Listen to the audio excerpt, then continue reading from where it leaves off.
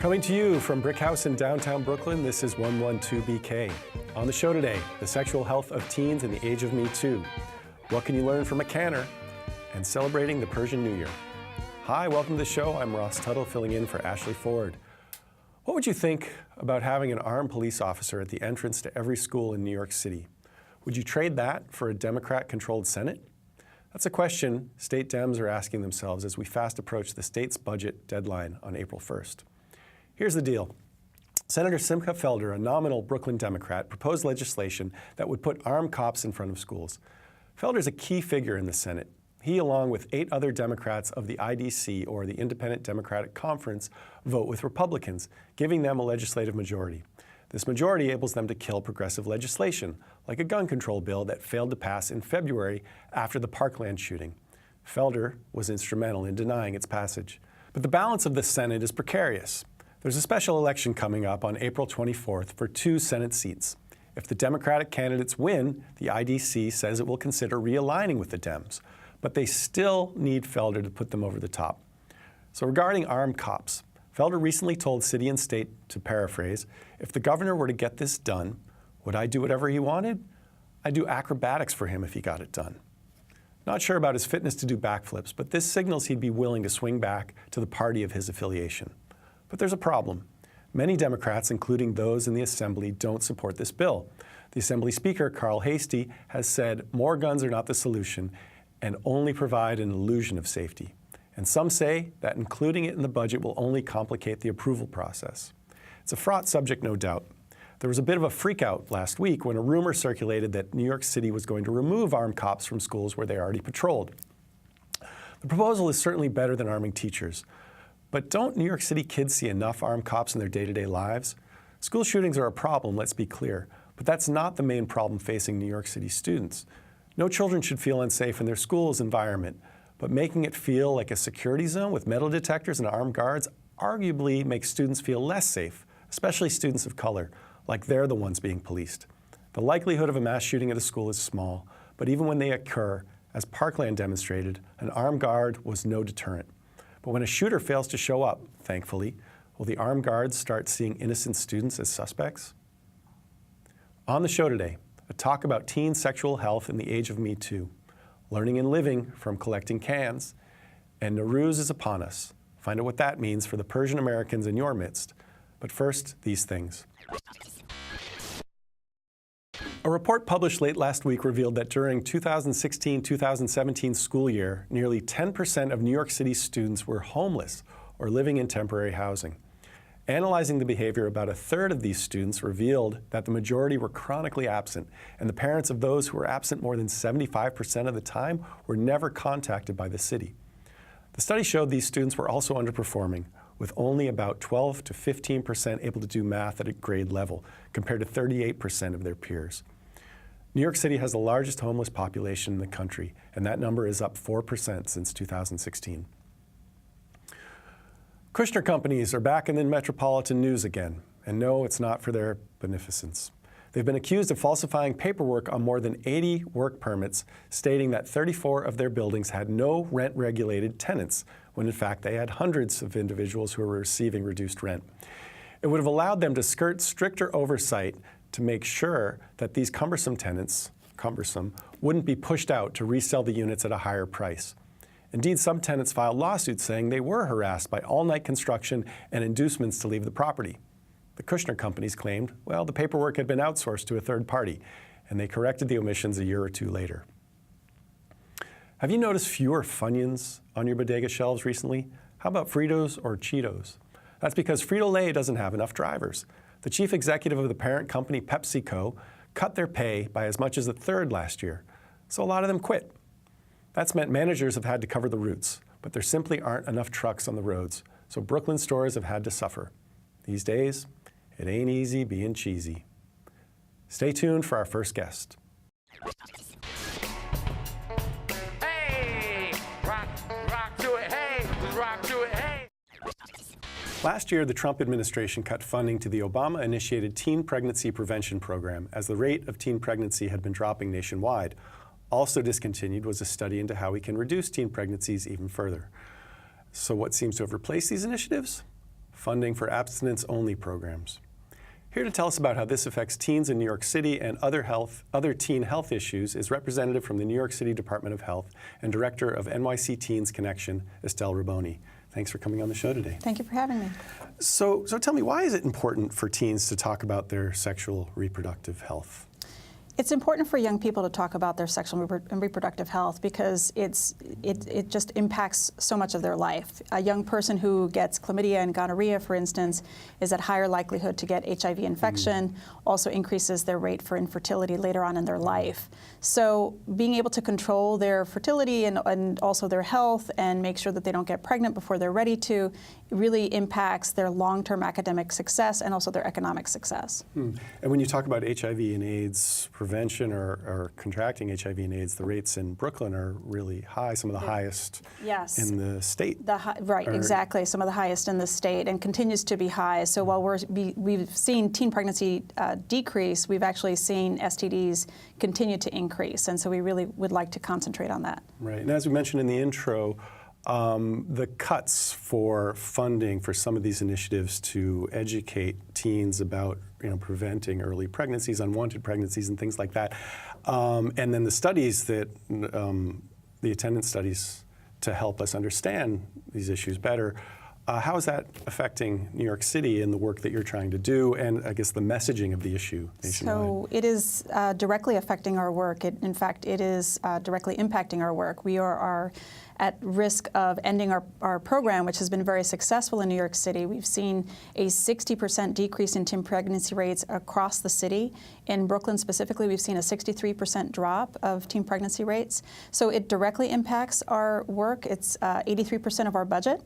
So if we don't find the resources to supplement or to replace the 83%, then we can't continue to do the work that we're doing. Can't continue to do the work you're doing for how many? For about 15,000 young people in New York City. So we concentrate most of our work in central Brooklyn and most of the Bronx and in the North Shore of Staten Island. So those are the areas of the city where teen pregnancy rates are highest. Wow. So without that work, the danger could be what? The danger could be that the teen pregnancy rate will increase, abortion rates will increase. We've also seen abortion rates decrease as teen pregnancy rates have decreased. We'll see abortion rates increase, STDs and HIV increases, and also higher school dropouts. So school dropout rates are correlated with teen pregnancy rates. And so what do we know about abstinence-only education? Well, it's completely unfounded. It's not based on any evidence or scientific evidence or research. During the Bush administration, when they focused on abstinence-only sex education, the states that accepted abstinence-only funding, they saw their teen pregnancy rates increase dramatically, and it's really just reckless for young people's health. And so, when you talk about teens and communicating with them about issues relating to sex and sex ed and stuff like that. I have a 13-year-old stepson, and I think about engaging him in these conversations, and I never quite know how to engage with him in that way. What is the proper time? How can I get them to open up about this? And I don't know if you have any recommendations for me or other parents out there about how to be communicating this. I know that's an important part of that education is parental education. Absolutely. So you start early and often, and you start where the young person is. So you make yourself available. You become an askable parent, what's called an askable parent. You say, are there any questions? And you listen. You listen about relationships. Very often we think as adults and adult mentors in young people's lives that everything is revolved around sex, and sometimes it's revolved around relationships. Young boys, young men want to know, what does it take to be a good partner? What does masculinity mean? What does it mean to be a man? They may even have questions about consent with the conversation, the public conversation about Me Too. You're saying that, I want to get into Me Too in a second, but you're saying that the young boys or young girls will be having these questions themselves. Absolutely. And yet, these may be questions that are unasked because they may not feel comfortable. How do I ask these questions? So how do you create that comfortable space? You really start with just asking questions yourselves, and taking it very slowly. It might be a conversation in a car. It may not be a face-to-face conversation. It may be a conversation that you have taking a walk or doing a jog or something like that. And it could just be like tell me about what's going on in school, and just really listening about how are things going. doing? How are you feeling about your body? You know, things like that. At 13, you're kind of focused on puberty and you know, how are you going to look in relation to, you know, your father and that kind of thing. So I have an 11-year-old son, and those are the kinds of questions that I get asked. And it seems like there'd be a lot of opportunities for entry points these days, especially a 13, 14, 15-year-old who is consuming the news, watching the world around them, hearing a lot about Me Too. How is that impacting the work that you're doing too, and adding to the conversation or creating spaces for the conversation to develop? So we, in addition to the work that we do with young people through schools and clinics, we also have a youth leadership team that is composed of young people, 30 young people from Brooklyn, the Bronx, and Staten Island, and they are actually doing research right now on consent. So interestingly, most of the research out there on consent is done with college audiences, you know, trying to prevent a rape culture and so on and so forth. So they are actually focusing on issues of consent among high school population because, again, that conversation, that education never ever comes up. So how do you know if someone is really consenting? If they're saying yes, but their body is saying no? Those are some of the things that these young people are investigating. We recently had somebody on talking about teen dating violence, which was something I was surprised to learn was also kind of included in the umbrella of domestic violence, and that is something that is fairly prevalent in our society and in the city. Is that something you also work? Absolutely, and identifying, you know, what is teen dating violence. You know, unfortunately, among a lot of our young people, particularly young females, they tend to think, well, if my boyfriend texts me constantly, that means that he loves me. Instead of actually saying that as that's a troubling sign that maybe that person is a little bit too controlling about how you're spending your time and who you're talking to. So we do address those issues as well. And if an individual or a teen wants to get involved with NYC Teens Connection, how can they do that? Are there entry points? Are there meetings that they can go to? Or what are the resources available to them? Sure. So we are always looking for young people who want to become part of the youth leadership teams. I would suggest that they visit the health website, so the nyc.health, and look for New York City Teens. And they'll find our website there. So maybe just as a last question to wrap up, you stand to lose this funding at the end of the year, is that correct? At the end of June. At the end of June, Correct. June 2018. What will you do in the absence of that funding? Where will you go to find funding? Will you go to the state, the city? Who might have it available So for you? we are considering every single resource, city, state, any conceivable resource, private funding, foundation funding. We're also looking possibly to retract some of the work that we're doing. So we're currently reaching 15,000 youth, and we might have to retract some of that work that we do. Wow, and you're in the same boat as, I think, 81 other municipalities that have also lost funding Correct. for doing this kind of thing? Correct. So are we worried that then there might be a spike again in teen pregnancy, an epidemic? And I mean, is this really just completely short-sighted, or I mean, what's driving this? It's short-sighted. It's really focused on just wrong-headed science. I can't describe it any other way. It's not based on anything scientific. It's a very conservative response, and it's a reckless response to young people's health and future. And is it motivated by sort of the kind of the pro-life influence of the Republican Party, would you say, that they view any kind of education being harmful or promoting abortion? Yes, I would have to say that it's driven by this pro-life movement, or I would actually say anti-choice movement, because it's anti-choice not just in terms of sex education, but also contraception, whether it's for teenagers or for adults. The very people who are in charge of gutting this particular program are also the folks who are in charge of whether or not they're going to give contraceptions to agencies like Planned Parenthood, that the poorest and the most vulnerable people depend on. Wow. So clearly there is an agenda out there to take away this information, take away the services, and it's to the detriment of a lot of young people. Wow, wow. Well, I mean, that sounds not surprising, but still awful.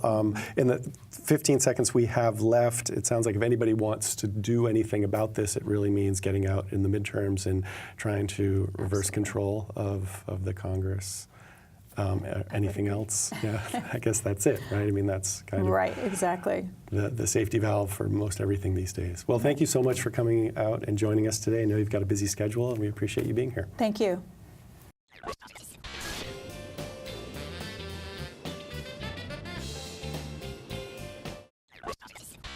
In 1983, New York State implemented a law aiming to cut down on solid waste. It cut roadside container litter by 70% and helped to recycle 5.1 billion plastic, glass, and aluminum beverage containers, totaling more than 336,000 tons in 2016 alone. It also created an unanticipated opportunity for enterprising individuals. It was the bottle bill, and it meant that some bottles and cans could be redeemed for a nickel. Not the 10 cents like it is in Michigan, those lucky ducks, but enough for a living, says our next guest, who met with Ashley the other day to dispel the many misconceptions about that people might have about canners, those whose way of life revolves around collecting cans. Here's that conversation. Pierre, thank you so much for being here.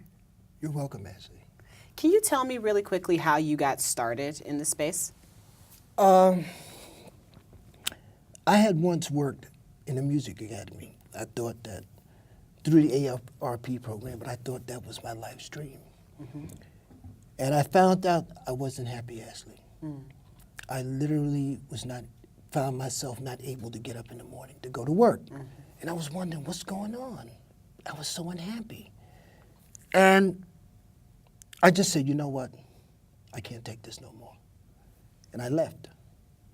Now, when I left, I didn't have nothing, but I just had faith. One day, I come out the house, and I see all the blue bags stacked with bottles and cans. And I'm saying, wait a minute, what's going on here? That's money. I went upstairs, got a shopping cart, applied the first principle of picking up cans, which is don't be ashamed of what you're doing. Picking up cans is a lesson in humility. You have to think business. You have a goal. What are you trying to do? In my case, I need a recording studio. So I got to get out there and go do it. Because of picking up cans, I passed a pawn shop that had something in it, Ashley, that I wanted since I was 23 years old. And I couldn't believe it. There it was. Right. The exact same. And I said, oh my goodness. I went out, got the shopping cart, got the couple of $100 together, came back and I got it.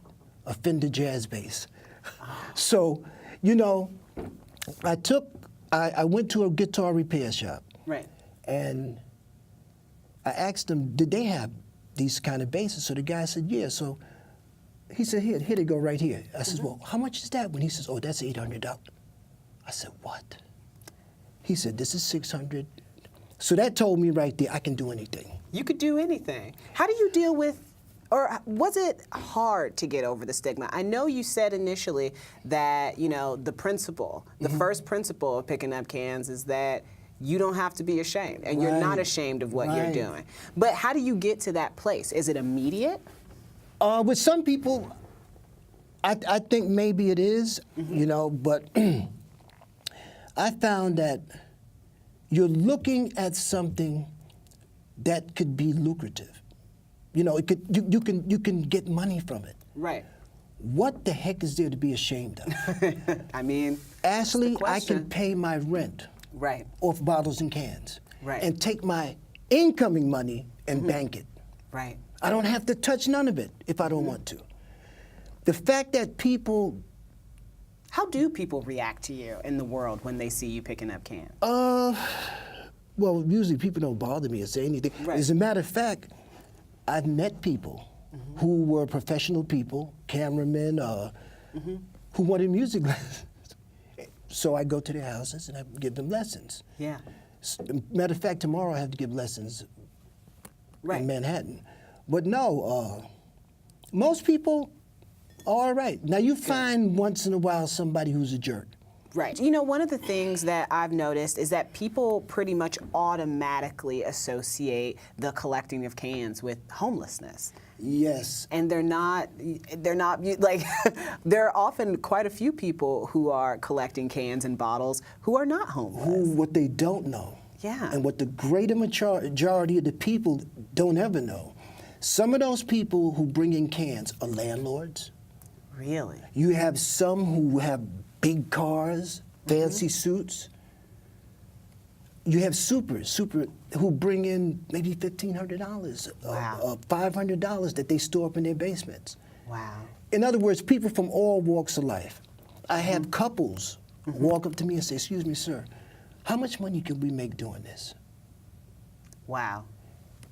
Wow. You know, and I tell them that before you even think about doing it, you have to do your research. Right. You can't just get a shopping cart and go out in the street and start picking up and think you're going to make a lot of money. You won't. Right. Do you feel like when you are in the mode of collecting cans, that when people look at you, they don't necessarily see a musician? Oh, They see no, something no. completely They different? don't. They always, they see what they see. Right. I have been tuned, I don't care what you think. Caring about what people think is bondage.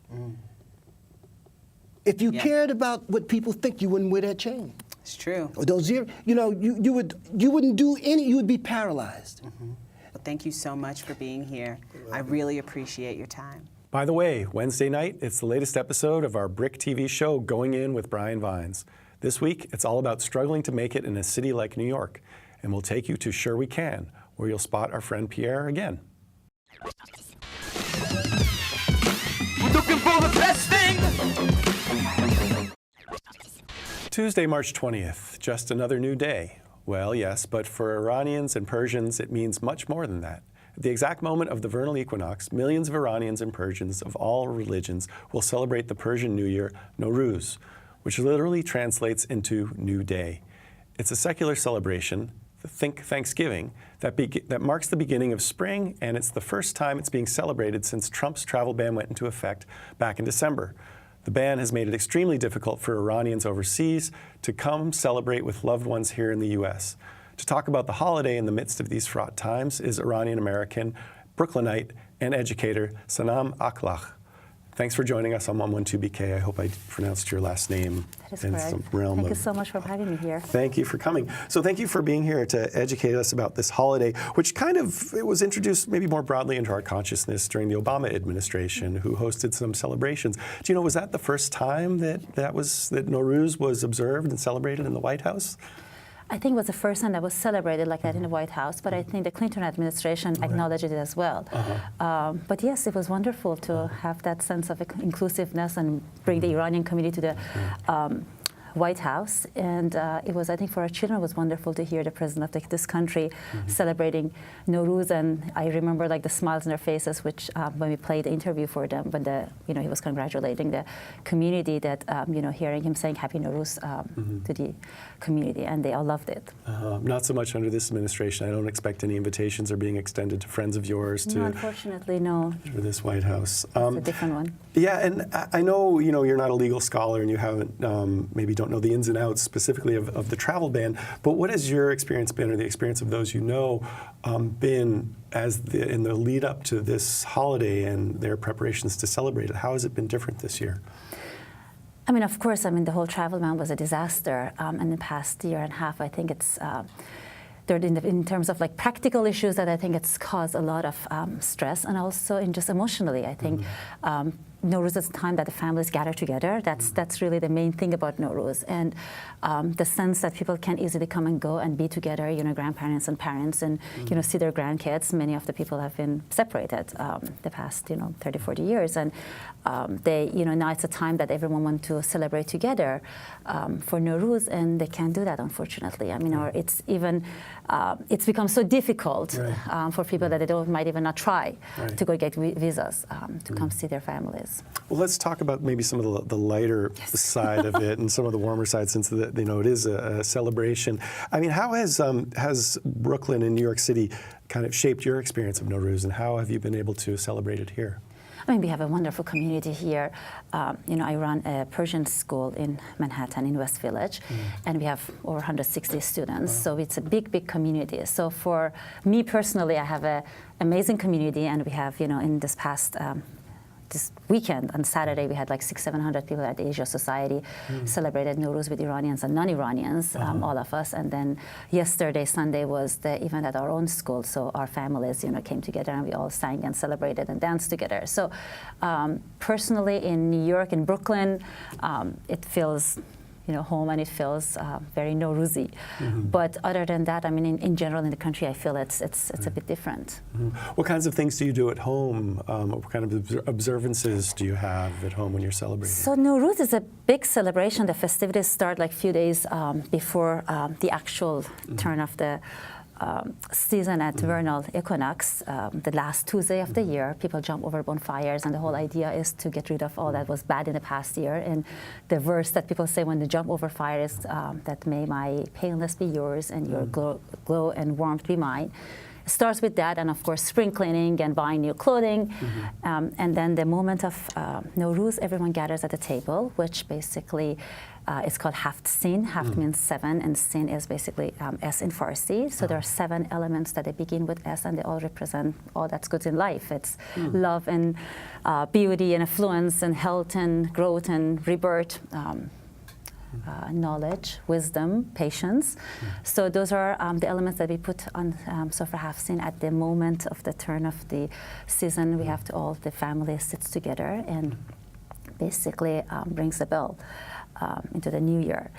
And then after that, for 13 days, it's all celebration. People visit each other. Wow, that long. The younger people go and visit the elderly. The elderly gives them Nowruz gift, which is AD. And it continues on the 13th day. People all go out, picnic, and celebrate together, and just finish the festivities. So it's a long celebration, and it's a, regardless of the religion, political views, everyone celebrates. I imagine maybe in a little more truncated way in the U.S. as opposed to maybe what the celebration is yes, we like. did jump over bonfires in Brooklyn. Oh, we all did, of course. Wow. Every year, that's serious. I'm sure the fire marshals are very confused, like what's happening. They also, the past few years, I think they've got the permission, and East Village, they, in one of the local gardens, they do that.